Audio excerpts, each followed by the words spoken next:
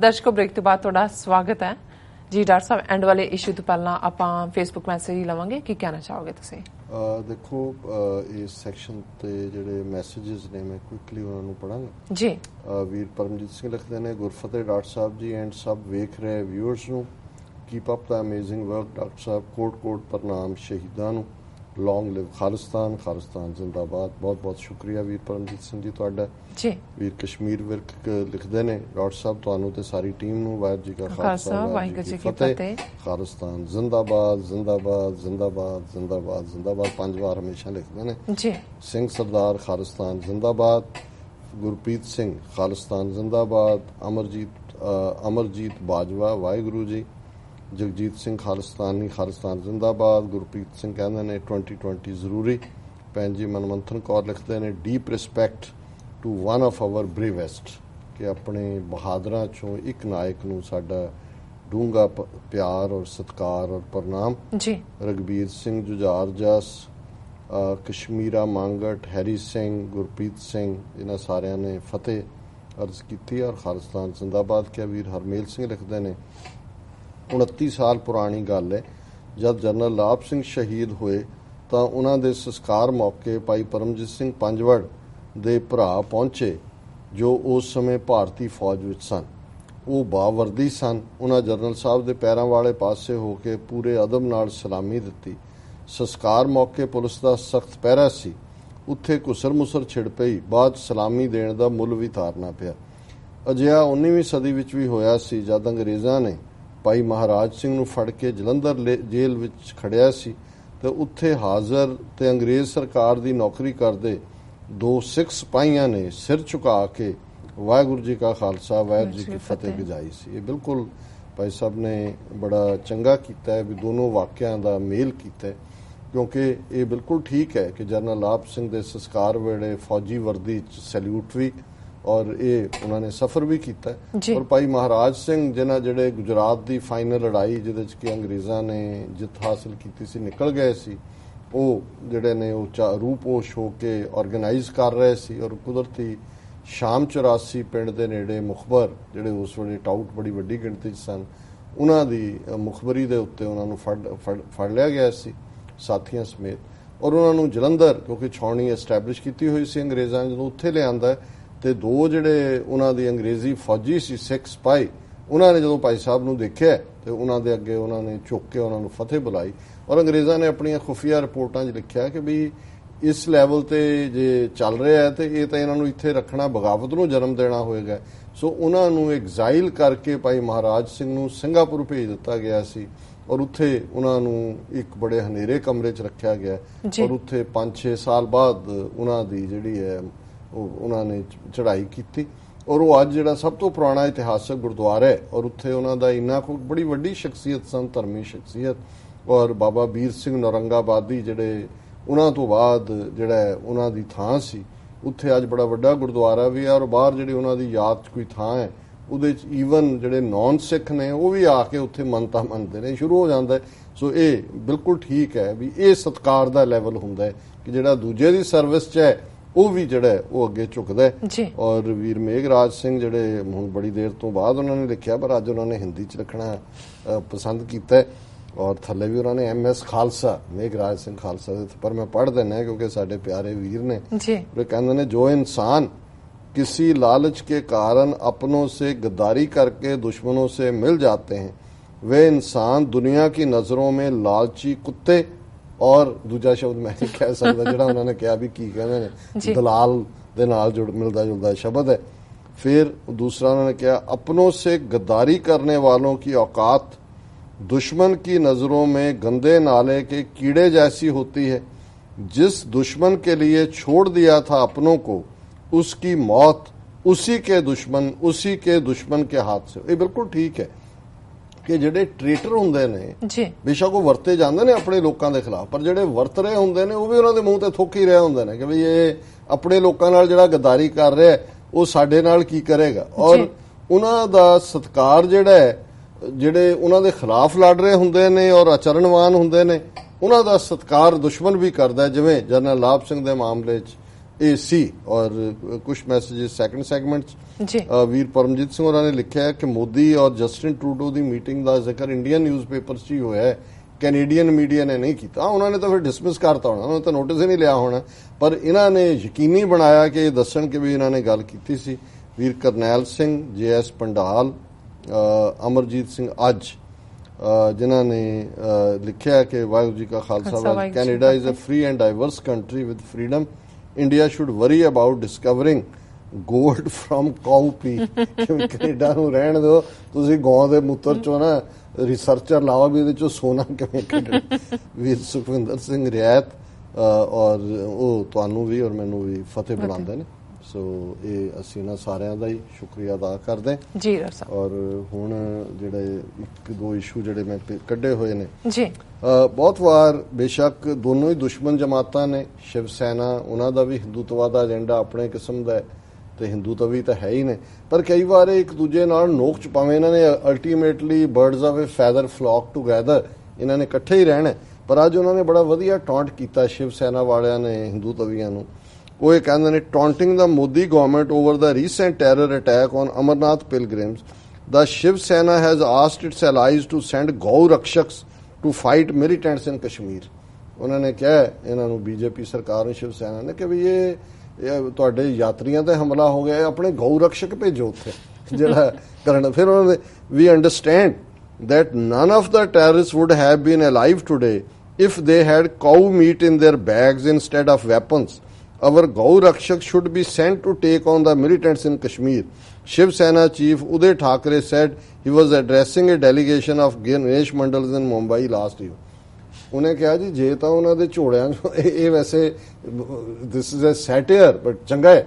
ਉਹਨੇ ਕਿਹਾ ਜੀ ਜੇ ਤਾਂ ਉਹਨਾਂ ਦੇ ਜਿਹੜੇ ਜਿਨ੍ਹਾਂ ਨੇ ਮਾਰਿਆ ਉਹਨਾਂ ਦੇ ਝੋੜਿਆਂ 'ਚ ਕਿਤੇ ਗਾਂ ਮਾਸ ਹੁੰਦਾ ਫਿਰ ਤਾਂ ਉਹਨਾਂ ਨੂੰ ਕੁੱਟ-ਕੁੱਟ ਕੇ ਮਾਰ ਦੇਣਾ ਸੀ ਇਹਨਾਂ ਨੇ ਜੀ। ਤੇ ਹੁਣ ਉਹ ਬੰਬ ਸੀ, ਉਹ ਉਹਨਾਂ ਨੂੰ ਉਹਨੇ ਖਤਰਨਾਕ ਨਹੀਂ ਲੱਗਦਾ। ਉਹਨਾਂ ਨੇ ਕਿਹਾ ਗਊ ਰਕਸ਼ਕ ਭੇਜੋ ਜਿਹੜੇ ਨੇ ਉਹਨਾਂ ਨੇ। ਫਿਰ ਉਹਨਾਂ ਨੇ ਮੋਦੀ ਦੇ ਕੀਤਾ, ਉਹਨੇ ਕਿਹਾ ਕਿ ਵੀ ਇਹ ਐਵੇਂ ਜ਼ਬਾਨੀ ਕਲਾਮੀ ਟੈਰਰ ਅਟੈਕ ਨੂੰ ਕੰਡੈਮ ਹੀ ਕਰ ਰਹੇ ਹੋ। You need a 56-inch chest to fight terrorism.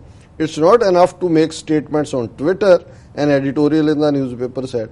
ਹੁਣ ਉਹਨੇ ਕਿਹਾ ਕਿ ਜੀ ਇਹ ਜਿਹੜਾ ਮੋਦੀ ਕਹਿੰਦਾ ਸੀ ਕਿ ਮੇਰਾ 56 ਇੰਚ ਦਾ ਸੀਨਾ ਹੈ, ਉਹ ਕਹਿੰਦਾ ਵੀ ਆ 56 ਇੰਚ ਦਾ ਸੀਨੇ ਵਾਲਾ ਬੈਠਾ ਟਵਿੱਟਰ ਕਰੀ ਜਾਂਦਾ ਵੀ ਜਾ ਉੱਥੇ।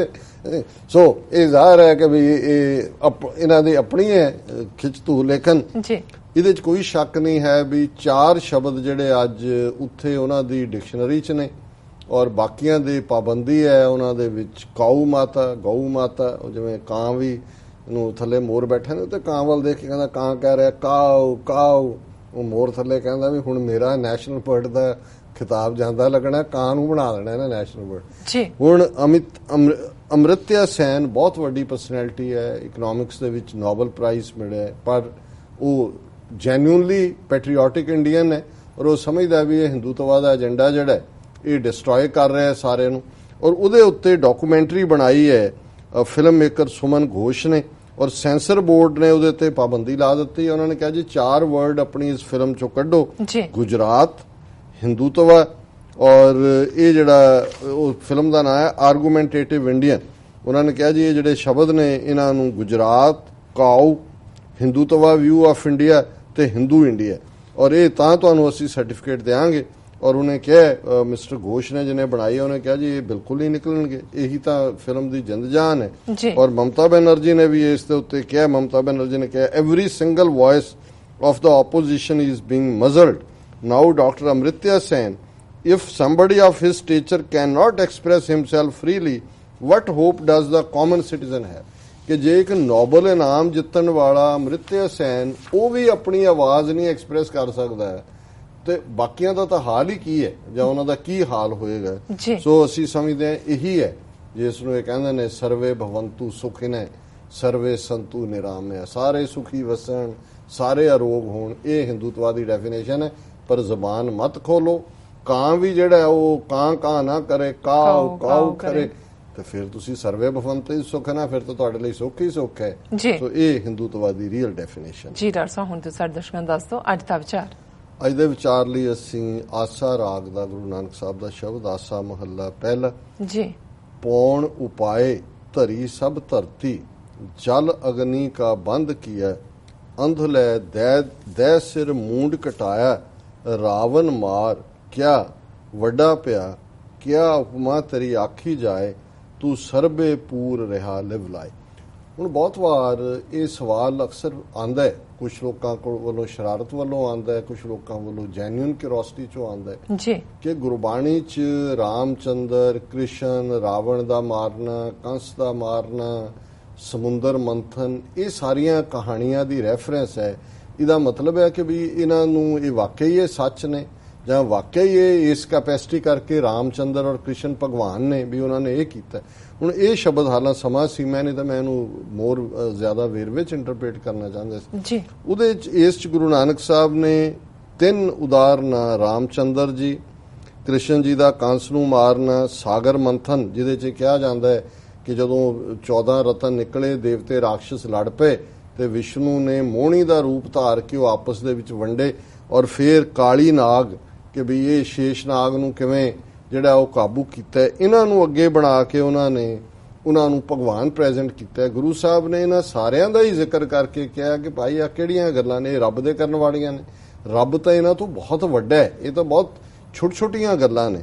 ਔਰ ਉਹਨਾਂ ਨੇ ਸ਼ੁਰੂ ਇੱਥੋਂ ਕੀਤਾ ਔਰ ਇਹਦਾ ਰਹਾਉ ਦੀ ਪੰਕਤੀ ਹੈ, ਕਿਆ ਉਪਮਾ ਤੇਰੀ ਆਖੀ ਜਾਏ, ਤੂੰ ਸਰਬੇ ਪੂਰ ਰਿਹਾ ਲਿਵ ਲਾਏ, ਕਿ ਹੇ ਵਾਹਿਗੁਰੂ ਤੇਰੀ ਕੀ ਉਪਮਾ ਕਹੀ ਜਾਏ, ਤੂੰ ਸਾਰੇ ਪਾਸੇ ਵਿਆਪਕ ਹੈ, ਤੂੰ ਸਾਰੇ ਪਾਸੇ ਭਰਪੂਰ ਹੈ, ਤੂੰ ਪੌਣ ਉਪਾਏ। ਤੁਸੀਂ ਹੇ ਵਾਹਿਗੁਰੂ ਪਹਿਲਾਂ ਹਵਾ ਪੈਦਾ ਕੀਤੀ, ਧਰੀ ਸਭ ਧਰਤੀ, ਔਰ ਇਹ ਸਾਰੀ ਧਰਤੀ ਨੂੰ ਟਿਕਾਇਆ। ਉਸ ਕ੍ਰੀਏਸ਼ਨ ਦੀ ਗੱਲ ਹੈ। ਜਲ ਅਗਨੀ ਕਾ ਬੰਦ ਕੀਆ। ਹੁਣ ਅੱਗ ਤੇ ਪਾਣੀ ਦਾ ਸੁਮੇਲ ਨਹੀਂ ਹੈ, ਅੱਗ ਤੇ ਪਾਣੀ ਦੁਸ਼ਮਣ ਨੇ। ਅੱਗ ਪਾਣੀ ਅੱਗ ਨੂੰ ਬੁਝਾਉਂਦਾ ਹੈ, ਲੇਕਿਨ ਇਹ ਜਦੋਂ ਹਿਊਮਨ ਬਾਡੀ ਆਕਾਸ਼, ਵਾਯੂ, ਅਗਨੀ, ਜਲ, ਪ੍ਰਿਥਵੀ 5 ਤੱਤਾਂ ਦਾ ਸਰੀਰ ਬਣਾਇਆ ਤੇ ਅੱਗ ਤੇ ਪਾਣੀ ਦਾ ਮੇਲ ਕੀਤਾ। ਹੈ ਵਾਹਿਗੁਰੂ ਤੁਸੀਂ ਹਵਾ ਬਣਾਈ, ਉਹ ਇਸ ਧਰਤੀ ਨੂੰ ਤੁਸੀਂ ਟਿਕਾਇਆ, ਅੱਗ ਪਾਣੀ ਦਾ ਮੇਲ ਕੀਤਾ। ਅੰਧਲੇ ਦੈ ਸਿਰ ਮੂੰਡ ਕਟਾਇਆ, ਰਾਵਣ ਮਾਰ ਕਿਆ ਵੱਡਾ ਪਿਆ। ਕਿ ਹੁਣ ਇਹ ਰਾਮ ਇਸ ਲਈ ਵੱਡਾ ਹੋ ਗਿਆ ਕਿ ਜੋ ਉਹਨੇ ਰਾਵਣ ਨੂੰ ਮਾਰਿਆ, ਉਹਨੂੰ ਕਿਹਾ ਵੀ ਨਹੀਂ, ਇਹ ਤਾਂ ਰਾਵਣ ਖੁਦ ਅੰਨਾ ਸੀ, 10 ਸਿਰਾਂ ਵਾਲੇ ਅੰਨੇ ਰਾਵਣ ਨੇ ਆਪਣੀ ਕਰਤੂਤ ਨਾਲ ਆਪਣਾ ਸਿਰ ਕਟਾਇਆ। ਇਹਦੇ 'ਚ ਕੋਈ ਏਡੀ ਵਡਿਆਈ ਨਹੀਂ ਹੈ, ਵਡਿਆਈ ਤਾਂ ਉਸ ਵਾਹਿਗੁਰੂ ਦੀ ਹੈ ਜਿਸ ਵਾਹਿਗੁਰੂ ਨੇ ਧਰਤੀ ਸਾਜੀ ਹੈ ਔਰ ਅੱਗ ਔਰ ਪਾਣੀ ਦਾ ਮੇਲ ਕਰਾਇਆ। ਫਿਰ ਜੀ ਉਪਾਏ ਜੁਗਤ ਹੱਥ ਕੀਨੀ, ਕਾਲੀ ਨੱਥ ਕਿਆ ਵੱਡਾ ਪਿਆ, ਕਿਸ ਤੂੰ ਪੁਰਖ ਜੋਰੂ ਕੌਣ ਕਹੀਏ, ਸਰਬ ਨਿਰੰਤਰ ਰਵ ਰੇ। ਹੁਣ ਕਾਲੀ ਨਾਗ ਨੂੰ ਮੱਥਣ ਦੀ ਗੱਲ ਜਾਂ ਕਾਬੂ ਕਰਨ ਦੀ ਗੱਲ ਆਉਂਦੀ ਹੈ। ਉਹਨਾਂ ਨੇ ਕਿਹਾ ਵੀ ਇਹ ਕਾਲੀ ਨਾਗ ਨੂੰ ਤੇ ਕੀ ਕਰਨਾ, ਉਹ ਨਿਰੰਕਾਰ ਨੇ ਤਾਂ ਜੀ ਉਪਾਏ ਸਾਰੀ ਕ੍ਰੀਏਸ਼ਨ ਕੀਤੀ ਹੈ। ਜੁਗਤ ਹੱਥ ਕੀਨੀ, ਉਹਨਾਂ ਦੀ ਪਾਲਣਾ ਪੋਸ਼ਣਾ, ਵੇ ਆਫ ਲਾਈਫ ਉਸ ਨਿਰੰਕਾਰ ਦੇ ਹੱਥ ਵਿੱਚ ਹੈ। ਔਰ ਕਾਲੀ ਨਾਥ ਕਿਆ ਵੱਡਾ ਪਿਆ, ਕਾਲੀ ਨੂੰ ਨਾਗ ਨੂੰ ਕਾਬੂ ਕਰਨਾ ਕਿਹੜੀ ਏਡੀ ਗੱਲ ਹੈ। ਔਰ ਇਹ ਜਿਹੜਾ ਮੋਹਣੀ ਬਣ ਕੇ ਵਿਸ਼ਨੂੰ ਦਾ ਸਾਗਰ ਮੰਥਨ ਦੀ ਗੱਲ ਹੈ, ਗੁਰੂ ਸਾਹਿਬ ਨੇ ਫਰਮਾਇਆ ਕਿਸ ਤੂੰ ਪੁਰਖ ਜੋਰੂ ਕੌਣ ਕਹੀਏ। ਕਿਹਨੂੰ ਕੋਈ ਪਤੀ ਕਹੇ, ਜੋਰੂ ਔਰਤ ਨੂੰ ਕਹਿੰਦੇ ਨੇ, ਕਿਹਨੂੰ ਕੋਈ ਪਤਨੀ ਕਹੇ। ਵੀ ਇਹ ਪਤੀ ਔਰ ਪਤਨੀ ਦੀ ਇਹ ਕਹਾਣੀ ਸਰਬ ਨਿਰੰਤਰ, ਉਹ ਵਾਹਿਗੁਰੂ ਤਾਂ ਸਭ ਥਾਂ ਤੇ ਵਿਆਪਕ ਹੈ, ਹਰ ਥਾਂ ਤੇ ਵਸਿਆ ਹੋਇਆ। ਨਾਲ ਕੁਟੰਬ ਸਾਥ ਵਰਦਾਤਾ, ਬ੍ਰਹਮਾ ਭਾਲਣ ਸ੍ਰਿਸ਼ਟ ਗਿਆ, ਆਗੇ ਅੰਤ ਨਾ ਪਾਇਓ ਤਾਂ ਕੰਸ ਛੇਦ ਕਿਆ ਵੱਡਾ ਪਿਆ। ਹੁਣ ਇਹ ਉਹ ਵਿਸ਼ਨੂੰ ਦੇ ਵਰ ਦੇਣ ਵਾਲੀ ਗੱਲ ਹੈ ਕਿ ਭਾਈ ਇਹ ਜਿਹੜਾ ਵਰਦਾਤਾ ਵਿਸ਼ਨੂੰ ਹੈ, ਇਹ ਇੱਕ ਕਹਾਣੀ ਹੈ ਇਹਨਾਂ ਦੀ ਕਿ ਜਿਹੜਾ ਬ੍ਰਹਮਾ ਹੈ, ਕਿਉਂਕਿ ਵਿਸ਼ਨੂੰ ਸ਼ਿਵਜੀ ਬ੍ਰਹਮਾ ਜਿਹੜਾ ਕਮਲ ਫੁੱਲ ਦੀ ਨਾਲ ਚੋਂ ਪੈਦਾ ਹੋਇਆ ਸੀ ਔਰ ਬਾਅਦ ਦੇ ਵਿੱਚ ਬ੍ਰਹਮਾ ਦੇ ਮਨ ਚ ਆਇਆ ਕਿ ਜੀ ਮੈਂ ਰੱਬ ਦਾ ਭੇਦ ਪਾਵਾਂ ਕਿ ਰੱਬ ਕਿੰਨਾ ਕੁ ਹੈ, ਤੇ ਉਹ ਉਹਦੇ ਚ ਵੜ ਗਿਆ ਨਾਲ, ਜੋ ਚੋਂ ਨਿਕਲਿਆ ਹੀ ਨਹੀਂ। ਮਸੀਂ ਵਿਸ਼ਨੂੰ ਨੇ ਉਹਨੂੰ ਕੱਢਿਆ ਲਿਆ ਕੇ, ਕਿਉਂਕਿ ਵਿਸ਼ਨੂੰ ਨੂੰ ਹਮੇਸ਼ਾ ਫੇਵਰ ਕਰਦਾ ਹੈ ਬ੍ਰਹਮਾ ਨੂੰ, ਉਹਦੀਆਂ ਕਰਤੂਤਾਂ ਦੇ ਵੀ ਪਰਦਾ ਪਾ ਦਿੰਦਾ। ਔਰ ਇਹਨੂੰ ਗੁਰੂ ਸਾਹਿਬ ਨੇ ਕਿਹਾ ਵੀ ਨਾਲ ਕੁਟੰਬ, ਇਹ ਵਰ ਦੇਣ ਵਾਲਾ ਵਿਸ਼ਨੂੰ ਜਿਹੜਾ ਸੀ, ਬ੍ਰਹਮਾ ਭਾਲਣ ਸ੍ਰਿਸ਼ਟ ਗਿਆ। ਬ੍ਰਹਮਾ ਜਿਹੜਾ ਹੈ ਉਹ ਸ੍ਰਿਸ਼ਟੀ ਦਾ ਭੇਦ ਪਾਉਣ ਲਈ ਕਮਲ ਦੀ ਉਸ ਨਾਲ ਦੇ ਵਿੱਚ ਵੜ ਗਿਆ। ਆਗੇ ਅੰਤ ਨਾ ਪਾਇਓ ਤਾਂ ਕਿ ਰੱਬ ਤਾਂ ਬਿਆਨ ਤਾਂ ਉਹਨੂੰ ਬ੍ਰਹਮਾ ਨੂੰ ਕੀ ਲੱਭਣਾ ਸੀ। ਔਰ ਇਸੇ ਤਰ੍ਹਾਂ ਕੰਸ ਛੇਦ ਕਿਆ ਵੱਡਾ ਪਿਆ। ਹੁਣ ਕੰਸ ਜਿਹੜਾ ਕ੍ਰਿਸ਼ਨ ਦਾ ਮਾਮਾ ਸੀ, ਔਰ ਕੰਸ ਨੇ ਆਪਣੇ ਪਿਓ ਨੂੰ ਉਗਰਸੈਨ ਦਾ ਰਾਜ ਖੋਹ ਕੇ ਆਪ ਉਹ ਬੈਠਾ ਹੋਇਆ ਸੀ। ਔਰ ਜਿਵੇਂ ਹੈ ਵੀ ਕ੍ਰਿਸ਼ਨ ਨੇ ਆਪਣੇ ਮਾਮੇ ਨੂੰ ਮਾਰਿਆ ਤੇ ਕੰਸ ਦੇ ਪਿਓ ਉਗਰਸੈਨ ਨੂੰ ਰਾਜ ਦਿੱਤਾ। ਔਰ ਗੁਰੂ ਸਾਹਿਬ ਨੇ ਕਿਹਾ ਵੀ ਕੰਸ ਛੇਦ ਕਿਆ ਵੱਡਾ ਪਿਆ, ਕਿ ਵੀ ਇਸ ਲਈ ਕੋਈ ਰੱਬ ਬਣ ਗਿਆ ਕਿ ਉਹਨੇ ਕੰਸ ਨੂੰ ਮਾਰਿਆ, ਵੀ ਇਹ ਕੋਈ ਰੱਬ ਦੇ ਹੋਣ ਦਾ ਜਾਂ ਰੱਬ ਕਹਾਣ ਦਾ ਨਹੀਂ ਬਣ ਜਾਂਦਾ ਕ੍ਰਾਈਟੇਰੀਆ। ਔਰ ਅਖੀਰ 'ਚ ਗੁਰੂ ਸਾਹਿਬ ਨੇ ਫਰਮਾਇਆ, ਰਤਨ ਉਪਾਏ ਧਰੇ ਖੀਰ ਮੱਥਿਆ, ਹੋਰ ਪਖਲਾਏ ਜੇ ਅਸੀਂ ਕੀਆ, ਕਹਿ ਨਾਨਕ ਛਪੈ ਕਿਉਂ ਛਪਿਆ, ਏਕੀ ਏਕੀ ਵੰਡ ਦਿਆ। ਜੀ ਹੁਣ ਉਹਨਾਂ ਨੇ ਕਿਹਾ ਕਿ ਵੀ ਇਹ 14 ਰਤਨ ਸ਼ੇਸ਼ਨਾਗ ਦੀ ਰੱਸੀ ਬਣੀ, ਦੇਵਤੇ ਰਾਖਸ਼ਸ ਹੋਏ, ਜਦੋਂ ਵੰਡਣ ਦਾ ਵੇਲਾ ਆਇਆ ਲੜ ਪਏ, ਕੋਈ ਕਿ ਮੈਂ ਇਹ ਲੈਣਾ, ਕੋਈ ਇਹ ਲੈਣਾ। ਫਿਰ ਮੋਹਣੀ ਆ ਗਈ ਵਿਸ਼ਨੂੰ ਦੀ ਪਤਨੀ, ਉਹਨੇ ਬਣੀ ਜਿਹੜੀ ਵਿਸ਼ਨੂੰ ਨੇ ਆਪ ਹੀ, ਤੇ ਉਹ ਉਹਨਾਂ 'ਚ ਵੰਡੇ। ਤੇ ਇਹ ਜਿਹੜੇ ਨੇ ਦੈਨ ਤੇ ਦੇਵਤੇ ਉਹ ਆ ਕੇ ਕਹਿਣ ਲੱਗ ਗਏ ਜੀ ਅਸੀਂ ਕੀਤਾ, ਅਸੀਂ ਕੀਤਾ, ਹੋਰ ਪਖਲਾਏ ਜੇ ਅਸੀਂ, ਪਖਲਾਇਆ ਹੁੰਦਾ ਕ੍ਰੋਧ ਦੇ ਵਿੱਚ ਕਹਿਣਾ। ਰਤਨ ਉਪਾਏ ਧਰੇ ਖੀਰ ਮੱਥਿਆ, ਖੀਰ ਸਮੁੰਦਰ ਨੂੰ ਕਹਿੰਦੇ ਨੇ। ਜਦੋਂ ਸਮੁੰਦਰ ਦਾ ਮੰਥਨ ਹੋਇਆ ਔਰ ਰਤਨ ਨਿਕਲੇ ਤੇ ਦੇਵਤੇ ਰਾਖਸ਼ਸ ਆਪਸ ਲੜ ਰਹੇ ਸੀ, ਕਹਿ ਨਾਨਕ ਛਪੈ ਕਿਉਂ ਛਪਿਆ, ਏਕੀ ਏਕੀ ਵੰਡ ਦੇ। ਕਿ ਭਾਈ ਇਹ ਨਿਰੰਕਾਰ ਜਿਹੜਾ ਜ਼ਾਹਰਾ ਜ਼ਹੂਰ ਕੁਦਰਤ ਦੇ ਵਿੱਚ ਵੱਸਦਾ, ਜਿਸ ਦੀ ਕਲਾ ਚਾਰ ਚਫੇਰੇ ਹੈ, ਉਹ ਕੰਸ ਜਾਂ ਰਾਵਣ ਜਾਂ ਸਾਗਰ ਮੰਥਨ ਜਾਂ ਉਹਦੇ ਨਾਲ ਜੋੜ ਕੇ ਉਹਨਾਂ ਨੂੰ ਰੱਬ ਬਣਾ ਦਿਓ, ਇਹ ਰੱਬ ਜਿਹੜਾ ਉਹਦੇ 'ਚ ਨਹੀਂ ਹੈ। ਔਰ ਇਹ ਗੱਲ ਹੁਣ ਪਤਾ ਨਹੀਂ ਕਿਵੇਂ, ਜੇ ਅਸੀਂ ਕੋਈ ਗੱਲ ਕਹੀਏ ਫਿਰ ਹੁੰਦਾ ਜੀ ਪਤਾ ਨਹੀਂ ਧਾਰਮਿਕ ਭਾਵਨਾਵਾਂ ਨੂੰ ਨਾ ਠੇਸ ਪਹੁੰਚੇ। ਇਹ ਠੀਕ ਹੈ, ਅੱਡ ਅੱਡ ਮੌਕੇ ਤੇ ਕਿਸੇ ਨੇ ਆਪਣਾ ਜਲਵਾ ਦਿਖਾਇਆ, ਇੱਕ ਵੱਖਰੀ ਗੱਲ ਹੈ। ਈਵਨ ਗੋਸਵਾਮੀ ਤੁਲਸੀਦਾਸ ਜਿਨ੍ਹਾਂ ਨੇ ਰਾਮਚੰਦਰ ਅਯੁੱਧਿਆ ਦੇ ਰਾਜੇ ਨੂੰ ਰੱਬ ਦੇ ਲੈਵਲ ਤੇ ਪਹੁੰਚਾਇਆ, ਅਖੀਰ 'ਚ ਉਹਨਾਂ ਨੇ ਵੀ ਇਹ ਦੁਆ ਕਿਹਾ ਕਿ ਕਹੂੰ ਕਹਾਂ ਲਗ ਨਾਮ ਵਡਾਈ, ਰਾਮ ਨ ਸਕਹਿ ਨਾਮ ਗੁਣ ਗਾਏ। ਕਿ ਵੀ ਅਲਟੀਮੇਟਲੀ ਰਾਮਚੰਦਰ ਦਸ਼ਰਥ ਦਾ ਪੁੱਤਰ, ਸੀਤਾ ਦਾ ਪਤੀ, ਲਛਮਣ ਦਾ ਭਰਾ, ਉਹ ਵੀ ਤਾਂ ਕਿਸੇ ਰੱਬ ਨੂੰ ਯਾਦ ਕਰਦਾ ਸੀ, ਉਹਦੇ 'ਚ ਗੁਣ ਸਨ, ਲੇਕਿਨ ਉਹ ਰੱਬ ਨਹੀਂ ਹੈ। ਸੋ ਇਹੀ ਇਸ ਦਾ ਮੰਤਵ ਹੈ ਕਿ ਅਲਟੀਮੇਟਲੀ ਨਿਰੰਕਾਰ ਹੀ ਕਰਨ ਕਾਰਨ ਹਾਰ। ਜੀ ਡਾਕਟਰ ਸਾਹਿਬ, ਬਿਲਕੁਲ ਤੁਹਾਡਾ ਬਹੁਤ ਬਹੁਤ ਸ਼ੁਕਰੀਆ। ਤੁਸੀਂ ਅੱਜ ਦੇ ਅਹਿਮ ਇਸ਼ੂ ਤੇ ਅੱਜ ਦਾ ਵਿਚਾਰ ਸਾਡੇ ਦਰਸ਼ਕਾਂ ਨਾਲ ਸਾਂਝਾ ਕੀਤਾ। ਇਸ ਨੇ ਆਪਣੇ ਵਿਊਅਰਸ ਕੋਲ ਲੈਣੇ ਇਜਾਜ਼ਤ। ਵਿਊਅਰਸ, ਸਾਡੇ ਪ੍ਰੋਗਰਾਮ ਦਾ ਸਮਾਂ ਇੱਥੇ ਸਮਾਪਤ ਹੁੰਦਾ। ਤੁਸੀਂ ਆਪਣੀ ਰਾਏ ਤੇ ਸੁਝਾਅ ਸਾਨੂੰ ਭੇਜਣਾ ਭੁੱਲਣਾ ਸਾਡੇ ਇਸ ਪਤੇ ਤੇ sos@tv84.tv ਤੇ। ਅਸੀਂ ਆਪਣਾ ਪ੍ਰੋਗਰਾਮ ਲੈ ਕੇ ਫਿਰ ਦੁਬਾਰਾ ਹਾਜ਼ਰ ਹੋਵਾਂਗੇ। ਤਦ ਤੱਕ ਲਈ ਮੈਨੂੰ ਤੇ ਆਪਣਾ ਸੁਣਾ ਗਿਆ ਦਿਓ। ਦੇਖਦੇ ਰਹੋ TV84। ਬੁਲਾ ਦਿਓ ਫਤਿਹ। ਵਾਹਿਗੁਰੂ ਜੀ ਕਾ ਖਾਲਸਾ, ਵਾਹਿਗੁਰੂ ਜੀ ਕੀ ਫਤਿਹ।